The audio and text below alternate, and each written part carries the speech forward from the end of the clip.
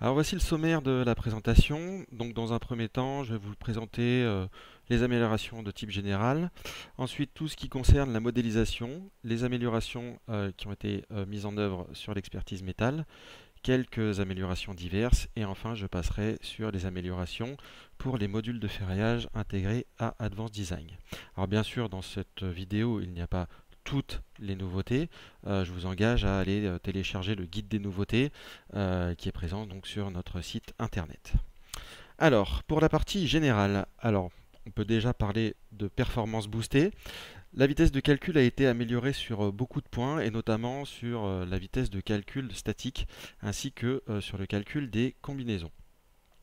Le calcul métal a été entièrement réécrit et du fait du calcul des combinaisons, la taille des résultats stockés sur le disque est très largement réduite. Alors pour vous donner quelques indications, voici des valeurs moyennes sur une dizaine de projets divers et variés. On arrive quand même à des temps de calcul aux éléments finis qui sont drastiquement réduits, 2,5 fois plus rapide, le calcul à l'EC3 presque 3 fois plus rapide, et la taille des données sauvegardées entre 6 à 7 fois plus petite. Alors si maintenant on part sur des exemples béton pur, vous voyez que pour le premier, on arrive quand même à une réduction de 85%, donc on passe de presque 21 minutes à 3 minutes, et que la taille du fichier de données est réduite de presque 99%, puisqu'on passe de presque plus de 100 Go à 1,6 Go. Même chose pour le deuxième fichier avec des réductions un petit peu plus faibles. Ça va surtout dépendre du nombre de combinaisons et du nombre de surfaciques. Pour le modèle métal, là on peut voir que l'expertise métal, hormis le calcul aux éléments finis qui est toujours plus rapide, comme sur les modèles béton, on voit que l'expertise métal a été grandement améliorée avec les nouveaux algorithmes, puisqu'on passe de 5 minutes 32 à 1 minute 48, soit presque 70% de réduction sur l'exemple 3, et de 2 minutes 25 à 22 secondes, soit 85% de réduction sur l'exemple numéro 4. Voilà, pareil, hein, les fichiers de données également taille très réduite. Ça, c'était pour la partie calcul pur. Maintenant, passons sur la partie modélisation. Alors, quelques nouveautés, notamment sur les types d'appuis. Donc, en plus des appuis précédents que vous aviez, les appuis ponctuels élastiques, les butées ponctuelles, on a maintenant la possibilité d'utiliser ce qu'on appelle des appuis ponctuels avancés, qui vont vous permettre de mettre en place plusieurs types de calculs non linéaires sur ces appuis-là. Donc vous les avez dans la liste à l'écran. Euh, libre, encastré, élastique, et puis tous les cas non linéaires, donc actif en compression, actif en traction, et non linéaire écart avec une limite en distance, ou non linéaire rigidité avec limite en effort, et vous pouvez enfin rentrer un diagramme quelconque. Alors, pour ça, je vous ai préparé, je vais revenir en arrière, je vous ai préparé un petit fichier, ici. Donc là, il y a deux modèles, deux blocs complètement identiques. Simplement, la différence entre les deux, c'est la partie charge. Et ici, sur l'appui, vous voyez qu'ici, j'ai placé ici NL écart en limite en distance, avec une limite du coup à 0,2 cm. Et la même chose de l'autre côté. Donc ce qu'on va faire, c'est qu'on va passer directement ici en analyse. On va ouvrir le modèle puisqu'il est déjà calculé. Donc si on regarde les déplacements du bloc 1 avec les charges qui ont été mis en place, on arrive à un déplacement donc, de 0,136 cm et donc on voit que l'appui ici se déplace. Et si on place sur les déplacements du bloc numéro 2, on voit qu'on a atteint la limite des 0,2. Et en atteignant cette limite de 0,2, si on regarde les efforts, du coup on va récupérer ici des efforts horizontaux, alors qui sont assez faibles puisque je suis en tonne force, mais, ici, alors qu'on ne les a pas ici, puisque l'appui est libre de se déplacer. Donc ça, c'est les premiers éléments que vous pouvez avoir. Bien sûr, je vous montre un petit peu les autres qui sont disponibles. Donc vous les avez ici. Donc NL en compression. Vous pouvez ici même symétriser pour avoir l'appui qui fonctionne de moins 0,2 à plus 0,2 et qui se met en butée dans cette zone-là. Vous pouvez même avoir une partie élastique ensuite. Voilà. Bon, ça c'est pour vous donner ce qu'on peut faire un petit peu. Et puis quand vous voulez rentrer quelque chose de quelconque, vous pouvez directement ici rentrer le diagramme ici, soit effort déplacement, soit raideur déplacement. On va continuer donc sur le PowerPoint. Donc ça, c'est ce qu'on vient de voir. Ensuite, sur les surfaciques, on a maintenant des relaxations supplémentaires. On va pouvoir, comme vous venez de le voir sur la partie appui, on va pouvoir régler sur les éléments d'autres types de relaxation. Et non seulement on va pouvoir libérer en translation ou en rotation, mais en plus, on va pouvoir activer ou pas la traction uniquement ou la compression uniquement. Alors bien sûr, je ne l'ai pas précisé sur la partie appui, vous êtes obligé de faire un calcul non linéaire pour ce type de calcul, hein. Donc là, de la même manière, je vous ai également préparé un fichier. Donc si vous avez deux modèles pareils, hein, qui sont complètement identiques, et ici, vous voyez que il y a un appui, un type de relaxation supplémentaire. Ici, je vais autoriser, donc je l'ai placé sur mes voiles, et pour tous les voiles, on autorise uniquement la compression. Par exemple, si vous venez appuyer une dalle sur un mur en maçonnerie et que vous ne voulez pas qu'il y ait de la traction à l'intérieur, ben voilà, c'est ce que j'ai fait. J'ai mis en place que l'ensemble des voiles autour de la dalle ne peut reprendre que de la compression. Donc là, c'est pareil, je vous ai déjà lancé le calcul. Et j'ai dû préparer, voilà, des vues. Donc en déplacement, on va relancer le calcul, mais c'est pas très grave. On voit ici que je suis bien appuyé ici, mais comme j'ai autorisé ici que la compression, ben on voit que les bords sont ici soulevés. Et si on regarde les efforts, ben on va voir ici exactement la même chose, c'est-à-dire qu'on voit ici qu'on a de la traction ici dans les coins. Par contre ici, ben comme ma dalle se soulève, elle ne transmet pas de traction ici dans les coins. Donc ces deux éléments, vous pouvez les régler soit en passant directement sur les éléments surfaciques, soit ici dans le menu gestion, vous avez ici relaxation linéaire qui vous permet de les créer à l'avance. Voilà, c'est tout simple, hein, il suffit de rajouter ce qui vous intéresse, de donner un nom et de cliquer sur enregistrer. Voilà, et la relaxation est enregistrée et vous pouvez vous en servir sur vos éléments surfaciques. Et là, bien sûr, il faut également, comme vous l'avez vu ici, rentrer un cas non linéaire pour faire le calcul. Donc voilà pour la partie relaxation. Pour la partie modélisation, mais plutôt les charges, cette fois-ci, au niveau de la génération des charges climatiques, on a maintenant la possibilité de générer du vent sur les murs isolés, donc dans l'Eurocode 1, partie 4. Donc ça vous permet de déterminer automatiquement les zones de vent, les différents coefficients de pression, la réduction des forces de vent dues aux effets de protection du mur, et quand vous sélectionnez certains voiles, vous pouvez donc activer le type mur isolé, et dans ce cas-là, vous devez rentrer ici, suivant les directions de vent, si vous désirez qu'il calcule automatiquement la réduction de fort, ou vous pouvez bien sûr l'imposer manuellement. Donc là c'est pareil, il y a plus d'explications dans le guide des nouveautés 2023, donc je vous laisserai aller lire l'ensemble des nouveautés qui ont été mises en place pour les murs isolés. On a une nouvelle méthode de définition des phases de construction. Donc maintenant ça va se gérer directement depuis le pilote. Donc on va pouvoir générer des phases de construction, ajouter des éléments ou des charges dans ces différentes phases, les ajouter, comme vous pouvez le constater sur la boîte de dialogue qui est au milieu ici, les ajouter pour une seule phase, pour une phase puis les suivantes, ou une phase puis les précédentes, ou sur l'ensemble des phases. Et vous avez des choses que vous avez le droit de modifier. Donc par exemple, on voit sur les éléments ici, sur les appuis, tout ce qui est vert est modifiable. Et tout ce qui sera rouge est figé dès que vous avez activé le calcul par phase. Vous ne pouvez pas changer par exemple le type d'un élément. Par contre, vous êtes libre de changer par exemple les relaxations. Et pour les éléments surfaciques, vous pouvez uniquement changer le matériau. Sachez que vous pouvez également, et vous pouvez régler par phase, ici, la durée de la phase, ce qui lui permet de calculer les différentes dates et âges du béton et de prendre en compte ceci lors du calcul béton armé. Donc là pareil, hein, on va faire vous montrer simplement un petit exemple, puis après je vous ai préparé un modèle un petit peu plus complexe, mais par exemple cet exemple là sur la poutre de transfert. Donc on va le découper en plusieurs phases. comme ceci. Donc phase 1, 2, 3, 4.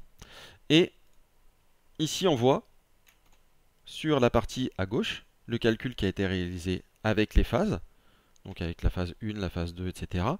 Et le même calcul sans les phases. Et vous pouvez le constater qu'il y a une sacrée différence entre les déplacements et bien sûr entre les moments qui sont appliqués aux éléments. Puisque dans le premier cas, on a une phase où on n'a que ça, ou même carrément la phase 2, où on vient directement appuyer ici, alors que ici, quand on est en calcul sans phase, on considère la rigidité globale de tout l'ouvrage au moment où on applique les charges, alors que ce n'est pas ce qui se passe dans la réalité. Alors ce qu'on peut faire également, c'est, hop, je vous ai préparé de la même manière un petit modèle ici. Donc là, voilà, vous avez le même modèle. Alors ici, il est phasé. Vous avez différentes phases. Vous voyez ici, phase 1, phase 2, phase 3. Et puis ici, il est phasé d'un seul coup. De la même manière, j'ai déjà calculé ce modèle. Et on va pouvoir regarder ce qui se passe au niveau des vues d'exploitation ici. Vous voyez que ici, au niveau des efforts, bah déjà, on n'a pas la même chose. Puisque ici, j'ai des concentrations d'efforts. Alors bien sûr, hein, le calcul qui est fait ici, c'est en considérant ici une poussée d'éther sur cet étage-là. Et en passant ici, on s'aperçoit que sur les déplacements, quand je suis sur la phase 1 avec le calcul par phase, j'ai des déplacements qui sont très importants, contrairement ici si je prends le modèle avec sa raideur complète tel qu'on le fait actuellement dans Advanced Design. Donc au niveau du calcul des efforts, des moments et des déplacements, vous allez avoir une grosse différence parce qu'ici vous considérez que les charges sont appliquées alors qu'il n'y a rien au-dessus, alors que dans ce modèle-là, vous appliquez les charges alors que l'ouvrage est déjà terminé. Et ça, bien sûr, pour calculer le ferraillage des voiles ici et calculer donc le ferraillage que vous devrez mettre en place, bah, c'est évidemment le calcul par phase que vous devez utiliser pour avoir les bons ferraillages sur ces différents éléments. On va maintenant passer sur l'expertise métal. Donc, il a été rajouté, alors ça existait déjà dans la version 2022, on pouvait générer des profils minces. Par contre, il fallait absolument que ces profils minces fassent partie d'un catalogue activé par nous pour faire le calcul en profil minces. Depuis la version 2023, maintenant on a des sections paramétriques formées à froid, ce qui veut dire que maintenant vous avez, si j'affiche la diapositive en entier, vous avez la possibilité, en plus de toutes les sections qui existent déjà au niveau des sections paramétrées, vous allez retrouver les oméga, les sigma, les z, les c et les zeta, et à chaque fois que c'est possible, vous pouvez avoir ici des sous-types, comme vous pouvez le voir ici sur les sigma.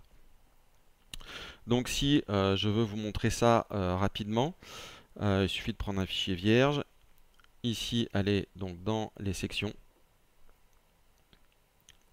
et ici on peut ajouter donc des sections, on va se mettre dans section paramétrée, et là il suffit donc de choisir ici une famille qui vous intéresse, par exemple on peut prendre les C, et vous voyez que les C ont des sous-types, donc un C standard, un C asymétrique,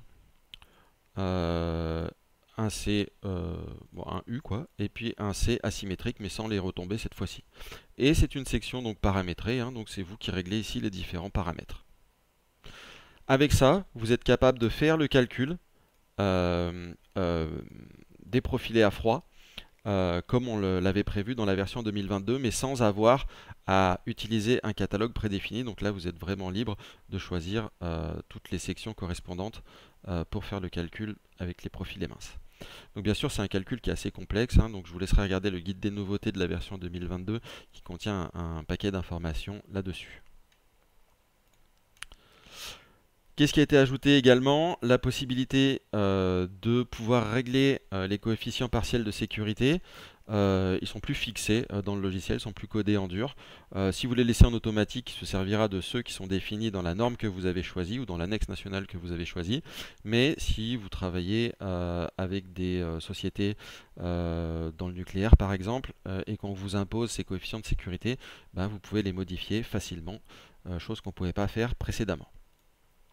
Autre chose qu'on peut activer ou désactiver d'ailleurs, c'est utiliser la stabilité avancée pour faire le calcul de la flèche. Donc par défaut, cette option est désactivée, c'est-à-dire que même si vous faites une stabilité avancée, il va se servir des déplacements éléments finis pour calculer les flèches, donc les déplacements qu'il a calculés aux éléments finis, alors que si vous cochez cette case-là, il se servira des calculs des déplacements de la stabilité avancée pour vous faire le calcul de la flèche. Et enfin, on a la synchronisation maintenant de la rigidité des attaches. Ce qui veut donc dire que quand vous avez calculé une attache dans le module d'attache ADSC, vous pouvez récupérer directement ici, dans la rubrique des attaches, les différentes rigidités en rotation, donc les SJ+, SJ-INI, etc. Et bien sûr la classification, ce qui vous permet de sortir un tableau récapitulatif de vos attaches directement depuis Advanced Design.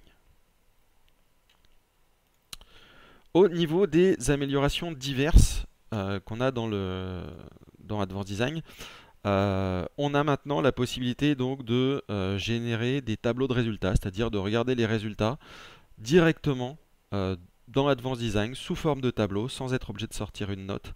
Et on a pas mal d'options de filtrage comme vous pouvez le constater sur l'image que je vous ai mis. Donc, par exemple là j'ai filtré du cas 114 à 116 en lui demandant les moments qui étaient supérieurs à -10 et inférieurs à -5. Donc on peut filtrer comme ça, on peut faire des multiples filtres et on a un bouton pour exporter directement vers Excel, etc. Alors ça s'utilise assez facilement. Je vais prendre un modèle ici. Alors, je ne sais pas s'il est déjà calculé, on va voir. Apparemment oui. Donc là vous pouvez le faire sur l'ensemble du modèle ou sur un ensemble d'éléments. Par exemple on pourrait prendre les arbalétriers qui sont ici par exemple et puis une panne qui est là. Et demander ici les différents tableaux pour les filaires, pour les surfaciques, pour les appuis, etc.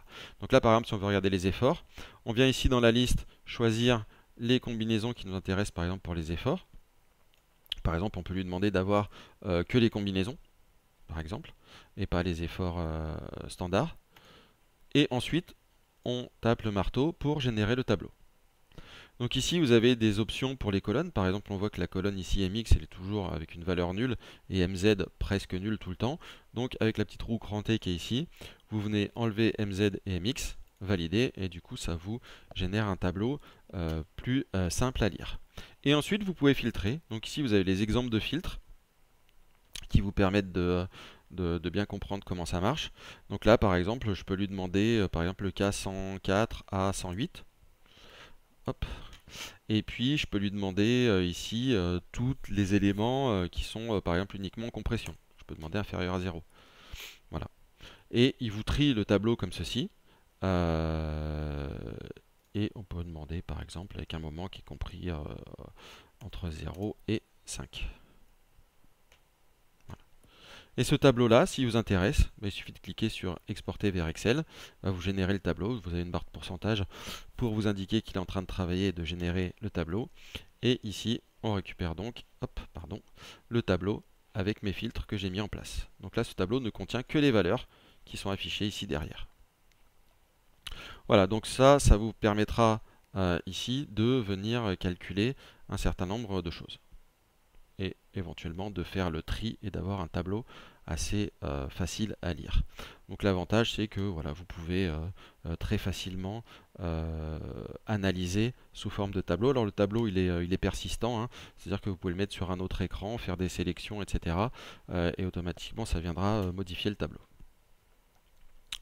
Voilà pour la partie on va dire diverse là-dessus. Ces tableaux de résultats, vous pouvez les personnaliser. Par exemple, si vous désirez un tableau qui mélange des efforts, des contraintes et un déplacement, ça pose aucun problème. Il suffit donc de générer un tableau personnalisé. Donc par exemple, ici, si je vais dans... Moi j'en avais déjà fait un, des tableaux de test, des tableaux personnalisés. Il suffit de cliquer ici, personnalisation des résultats, vous changez le nom. Et ensuite, vous venez enlever, par exemple, là, on avait MX et MZ qui étaient nuls. Et par exemple, on pourrait rajouter éventuellement des contraintes supplémentaires sur ces éléments-là. Et puis le déplacement vertical. Voilà. Et ce tableau-là est maintenant disponible. Et donc, je peux lui demander à ce qu'il m'affiche ce tableau-là. Et pareil, je peux filtrer. Voilà, donc maintenant je peux lui demander tout ce qui travaille entre 20 et 30 MPa. Voilà, voilà pour cette partie-là. On va maintenant passer sur les modules de calcul. Nouvelle option qui vous permet d'avoir un repère identique et une numérotation identique pour les barres qui sont identiques. Donc par exemple, si on prend l'exemple de la semelle qui est devant vous, les aciers 1, 2, 3 et 4 sont en fait identiques, ils font la même longueur. Mais par défaut, le logiciel vous met 5 barres. 4 barres, pardon. Donc vous voyez ici, j'ai en tout 22 barres, parce que j'ai 5, 5 et 6, 6 de chaque élément. Alors cette option, elle peut soit via un clic droit, vous faites apparaître la boîte de dialogue et numérotation des barres, soit vous cliquez sur le petit bouton qui est juste après cache d'armature et vous cochez la case même repère pour les barres identiques et automatiquement il vous fera ceci. Et donc vous n'avez plus qu'une barre 1 et donc on récupère bien 22 HA10 puisque les barres sont identiques. Donc ça c'est disponible pour l'ensemble des modules. Poutre, poteau, semelle, voile, c'est disponible pour l'ensemble des modules. On a maintenant la possibilité d'ajouter des annotations sur les plans. C'est un nouveau composant, hein, et cet élément-là, il est traité indépendamment du plan et il ne se déplace pas, il ne bouge pas jusqu'à ce que vous le supprimiez. Donc ça veut dire quoi? Ça veut dire que même si vous régénérez vos plans, la notation ne disparaît pas. Donc, si on passe par exemple sur le module poutre ici, vous voyez ici que vous avez une nouvelle option ici, annotation. Donc j'ai qu'à cliquer sur plus. Vous pouvez changer le texte maintenant ou le changer après. Voilà. Et vous pouvez après même l'attraper, le déplacer, le mettre où vous voulez. Voilà. Et si vous faites une modification sur votre élément, par exemple, je reviens au modèle, je viens changer, je sais pas moi, une hypothèse de ferraillage quelconque.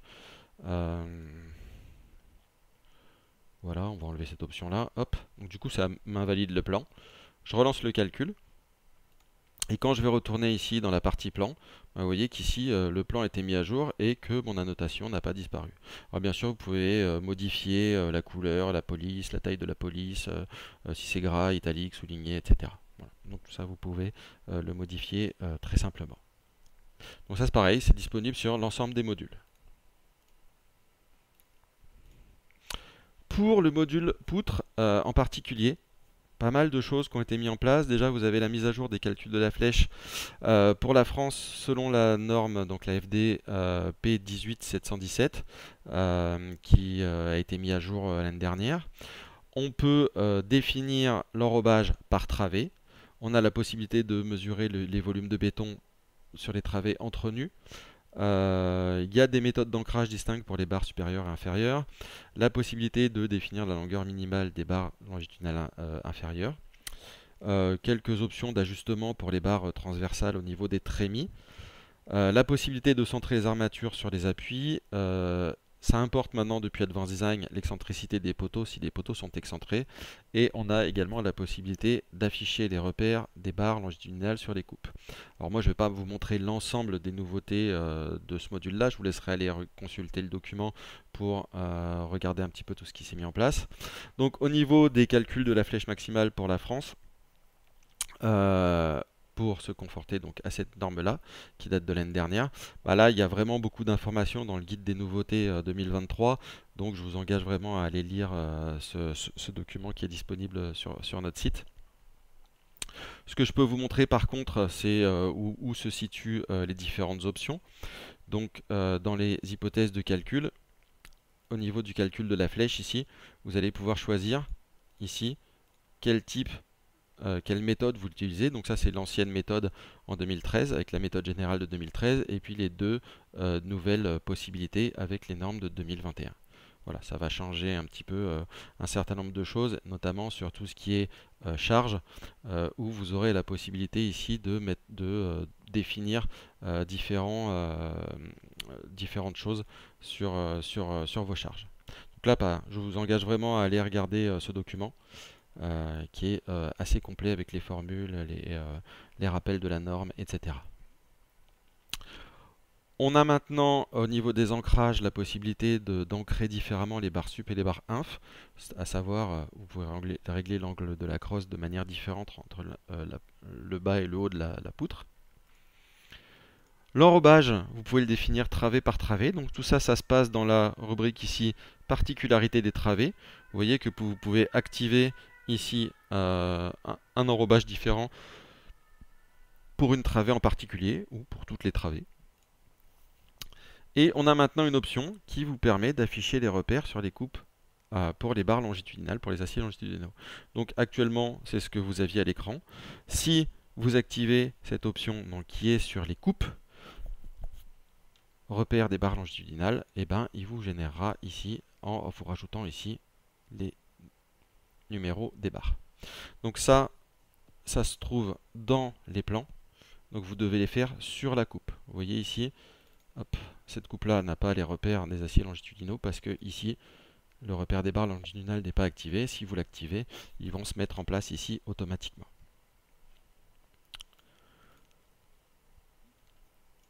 Donc voilà pour la partie poutre. Pour les poteaux, on a une nouvelle option qui nous permet de spécifier un nombre de barres et c'est l'utilisateur qui l'impose. Donc vous voyez, cette option, vous la trouvez ici dans le type de paramètres généraux des hypothèses de ferriage. Et vous voyez que vous avez ici la rubrique, donc nombre de barres définies par l'utilisateur, et vous rentrez les barres suivant X et Y, et ça vous fait ce type de ferraillage là. Donc ça vous donne beaucoup plus de liberté et de choix pour les poteaux. Pour le ferraillage des poteaux. Bien sûr, vous retrouvez bien sûr les deux anciennes méthodes pour essayer d'optimiser votre ferraillage si vous le désirez. Et petite adaptation du plan, on a maintenant ici un symbole différent pour indiquer en fait que le poteau est continu et la dalle également est continue. On reprend ce qu'on avait dans le module BIM sur le module poteau. Sur les semelles, on a une nouvelle vérification qui est maintenant disponible, qui est la vérification au poinçonnement, donc des semelles filantes. Donc tout simplement, maintenant vous avez donc bien sûr un chapitre correspondant dans la note de calcul, et en plus dans la partie ici, donc je vous ai zoomé pour bien qu'on voit, vous avez ici le récapitulatif du résultat du calcul, directement dans les propriétés. Et petite option pour les plans, soit vous décidez d'avoir une représentation symbolique, dans ce cas-là il vous met une barre, et il vous indique qu'il en faut X sur la longueur, vous l'avez ici. Ou alors vous lui demandez qu'il dessine l'ensemble des aciers correspondants dans la semelle. Voilà un petit peu en une demi-heure les nouveautés de la version 2023. Alors comme je vous l'ai dit en introduction, il n'y a pas toutes les nouveautés, il y en a énormément et elles sont très détaillées dans le guide des nouveautés parce qu'il fait plus de 100 pages. Donc je vous engage vraiment à aller le télécharger, à le lire et je vous souhaite une excellente journée.